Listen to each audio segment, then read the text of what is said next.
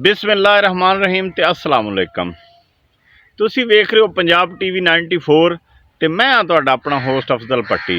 साडे अज दे पंजाबी व्लॉग चढ़दे ते लहिंदे पंजाब दे नाल नाल पूरी दुनिया च जिथे जिथे पंजाबी ज़बान बोली ते समझी जाती है असी जी आयां नूं कहने आ। नाजरीन, साडा अज दा व्लॉग है टांगा घोड़ा। टांगे घोड़े ते साडा अज दा व्लॉग होएगा कि टांगा घोड़ा जानो ही मुक गया जे। आ जदों दे बीमारी पाने रक्शे आए ने किड्डा स्वाद मान नाल हुंदा सी टांगियां दा।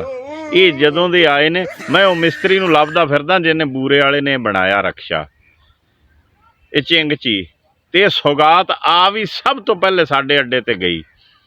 उन्हें बूरे वाले ने बनाया। साडे इत्थे हैगा एक माखा गुज्जर, उन्हें दुनिया ते कोई काम छड्डिया ही नहीं जिहड़ा उन्हें ना कीता होवे। स्पीकर उन्हें चलाया, टांगा घोड़ा उन्हें वाया, रक्शा उन्हें बनाया, जिमीदारा उन्हें कीता, वैगन जी वो लई फिरिया, मौत दा खूह उन्हें बनाया। जो दुनिया ते काम है ना उन्हें कीता होया। उन्होंने पता लगा कि बूरे दे विच रक्शा बन गया। टांगे चलदे हुंदे सी साडे पिंड च। उन्होंने बीमारी नूं पता लग गया कि बूरे वाले च कोई रक्शा बन गया मोटरसाइकिल दा।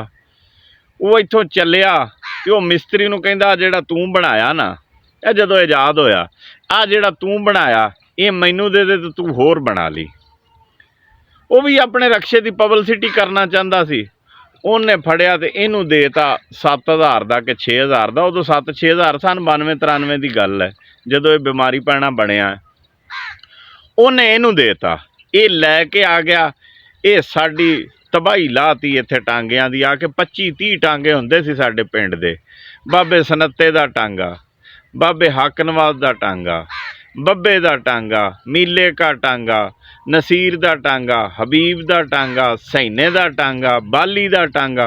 टांगे ही टांगे हुंदे सी, बड़ी रौनक हुंदी सी। बाबे सनत्ते दे टांगे दी गल करिए ना, लम्मे दा टांगा लम्मा सी, टांगा मेकर चीचा वतनी दा।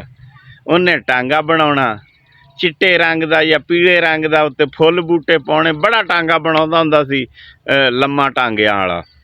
साध लियाउणे इन्हां ने सियालकोटों जाके, बाबे सनत्ते ने सियालकोटों साध लियाउणे। सावी घोड़ी सी उदों उस जमाने च, उहदे कोल सोहणी घोड़ी। सवेरे सवेरे रुस्तम ने घोड़ी नूं रजा के मूँह शूँ धो के सवार बना के टांगे च जोड़ के बाबे नूं दे देनी। लै बाबा और तैयार होई खड़ी लै जा। बाबे ने चौक च ले जानी। कोई इधरों सवारी आ गई, इधरों शरीफ आ गया, इधरों हनीफ आ गया, इधरों सदीक आ गया। टांगा भर जाना मिनटां च। 15 मिनटां दा पैंडा हुंदा सी। 2-2.5 मील साडा सफ़र सी अड्डा ते 15 मिनटां च टक टक टक टक करदे टांगे ने जाना। किड्डी नवाब सवारी, शहनशाही सवारी। ते जे अगे कोई सैकल वाला या पैदल जा रहा बंदा आ गया ते पहिए च देनी सोटी ते होनी कड़ कड़ कड़ कड़ टक टक टक टक टक टक ते उन्हें राह दे देना। नवाबां वाली सवारी, ना कोई टेंशन, ना कोई एक्सीडेंट का खतरा, ना कोई परेशानी। पिंडां दे विच आ जदों दे आए ने जिथों लंघ जाण 1.5 घंटा सिर नूं पीड़ रहिंदी है कि इन्हां ने सलंसर, इन्हां ते असीं इक अलहदा व्लॉग करांगे। जिहड़े सलंसर लाई फिरदे ना, इन्हां ते असीं इक अलहदा व्लॉग करांगे। इन्हां ते पाबंदी लगनी चाहिदी ते आर्टिकल कोई नवां इन्हां दा निकलना चाहिदा जिहड़ा इन्हां ते लगे। कोई रक्षा आर्टिकल होना चाहिए कि जे तुसीं आ सलंसर लाया या तुसी रक्षा बेतुका, ये एक पहिया भी चक दिंदे ने अजकल दे मुंडे। इहदे खैर इहदे ते अलहदा व्लॉग करांगे।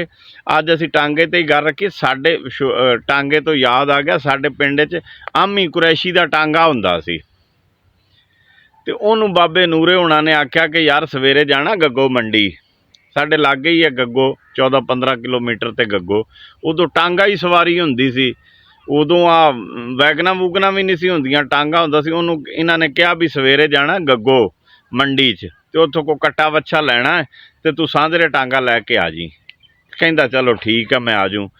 वो आमी टांगा लैके सवेरे सांझरे आ गया बाबे नूरे दे बूहे ते। वो बाबा अकबर, बाबा शेर, बाबा नूरा, कोई 2-3 जने होर बह गए उहदे टांगे ते।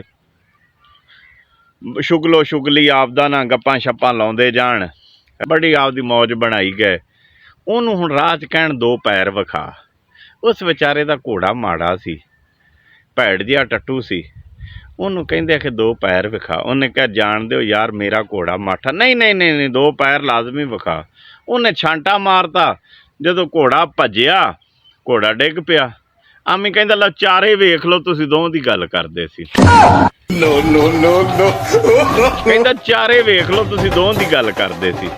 ਖੈਰ ਟਾਂਗਾ ਨਾ ਆ ਮੌਜੂਦਾ ਦੌਰ ਦੇ ਬੱਚਿਆਂ ਨੂੰ ਤਾਂ ਇਹ ਸ਼ਰਫ ਹੀ ਨਹੀਂ ਹਾਸਲ ਕਿ ਉਹਨਾਂ ਨੇ ਟਾਂਗਾ ਵੇਖਿਆ ਹੋਵੇ। ਕਿਉਂ ਬੱਚਿਓ ਵੇਖਿਆ? ਕਹਿੰਦੇ ਨਹੀਂ। ਆ ਜਿਹੜਾ ਅੱਗੇ ਮੁੰਨਾ ਬੈਠਾ ਨਾ ਮੋਬਾਈਲ ਦੇ, ਕਹਿੰਦਾ ਨਹੀਂ ਵੇਖਿਆ। ਵਾਕਿਆ ਹੀ ਨਹੀਂ ਤੁਸੀਂ ਵੇਖਿਆ। ਜੇ ਤੁਸੀਂ ਵੇਖਿਆ ਤਾਂ ਟੀਵੀ 'ਤੇ ਵੇਖਿਆ ਜਾਂ ਕਿਤੇ ਮੋਬਾਈਲ 'ਤੇ। ਆ ਹੁਣ ਤੁਸੀਂ ਸਰਚ ਮਾਰੋਗੇ ਟਾਂਗੇ ਘੋੜੇ ਨੂੰ, ਆ ਮੇਰਾ ਵਲੌਗ ਵੇਖ ਕੇ ਨਾ, ਫਿਰ ਤੁਸੀਂ ਸਰਚ ਮਾਰੋਗੇ। ਬੜਾ ਚੀਜ਼ਾਂ ਜਿਹੜਾ ਨਾ ਸਾਡਾ ਅਫਸੋਸ ਇਸ ਗੱਲ ਦਾ ਕਿ ਸਾਡਾ ਨਾ ਕਲਚਰ ਖ਼ਤਮ ਹੁੰਦਾ ਜਾ ਰਿਹਾ ਹੈ। ਸਾਡੀ ਇਸ ਪਾਸੇ ਤਵੱਜੋ ਹੀ ਕੋਈ ਨਹੀਂ। ਆ ਨਾਲ ਸਾਡੇ ਚੜ੍ਹਦੇ ਪੰਜਾਬ ਵਾਲੇ ਕਈ ਖਾਂ ਜੇ ਆਪਦੇ ਕਲਚਰ ਤੋਂ ਭੋਰਾ ਵੀ, ਆਪਦੀ ਸਕਾਫਤ ਤੋਂ ਭੋਰਾ ਵੀ ਇੱਧਰ ਉੱਧਰ ਹੋਣ। ਨਾ ਨਾ ਨਾ ਨਾ, ਪੰਜਾਬੀ ਜ਼ਬਾਨ ਸੋਹਣੀ ਬੋਲਣੀ। ਜ਼ਬਾਨ ਪੰਜਾਬੀ ਉਹੀ ਬੋਲਦੇ, ਸਾਡੀ ਤਾਂ ਐਵੇਂ ਢਿੱਲੀ ਮਿੱਸੀ ਜੀ ਹੋਈ ਪਈ ਕਿਉਂਕਿ ਅਸੀਂ ਉਰਦੂ ਨੂੰ ਜੋ ਮੂੰਹ ਮਾਰਦੇ ਹਾਂ। ਅਸੀਂ ਆਪਦੇ ਕਲਚਰ ਤੋਂ ਹਟਦੇ ਜਾਂਦੇ ਹਾਂ। ਅਸੀਂ ਆਪਦੀ ਪੰਜਾਬੀਅਤ ਤੋਂ ਹਟਦੇ ਜਾਂਦੇ ਹਾਂ, ਜਿਹੜਾ ਕਿ ਲਮ੍ਹਾ ਫਿਕਰੀਆ ਹੈ ਖਾਸ ਕਰ ਸਾਡੇ ਪੰਜਾਬੀਆਂ ਵਾਸਤੇ। ਸਾਡਾ ਬੱਚਾ ਪਿੱਛੇ ਪੈਦਾ ਹੁੰਦਾ ਅਤੇ ਪਹਿਲੇ ਹੀ ਅਸੀਂ ਉਰਦੂ ਉਹਨੂੰ ਸਮਝਾਉਣ ਦੇ ਚੱਕਰਾਂ 'ਚ ਹੁੰਦੇ ਕਿ ਬੇਟਾ ਪੈਦਾ ਹੋਗਾ ਨਾ ਉਸੇ ਉਰਦੂ ਸਿਖਾਣੀ ਹੈ।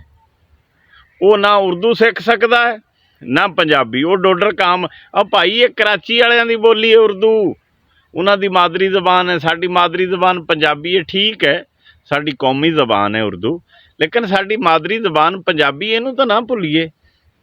ਅਸੀਂ ਫਿਰ ਉਹ ਨਾ ਉਰਦੂ ਜੋਗੇ ਰਹਿ ਜਾਂਦੇ ਨਾ ਪੰਜਾਬੀ ਜੋਗੇ। ਅਤੇ ਬਿਹਤਰ ਇਹ ਕਿ ਸਾਨੂੰ ਆਪਦੇ ਨਾ ਸਕਾਫਤ ਨੂੰ ਅਤੇ ਆਪਣੀ ਜ਼ਬਾਨ ਨੂੰ ਨਹੀਂ ਭੁੱਲਣਾ ਚਾਹੀਦਾ।